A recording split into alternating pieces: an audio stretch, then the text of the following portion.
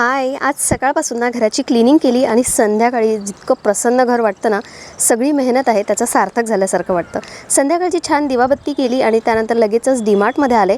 मला काही किचनसाठी सामान घ्यायचं होतं, स्पेशली जे ग्लास कंटेनर आहे, छोटे मसाला कंटेनर आहेत ते घ्यायसाठी आली होती.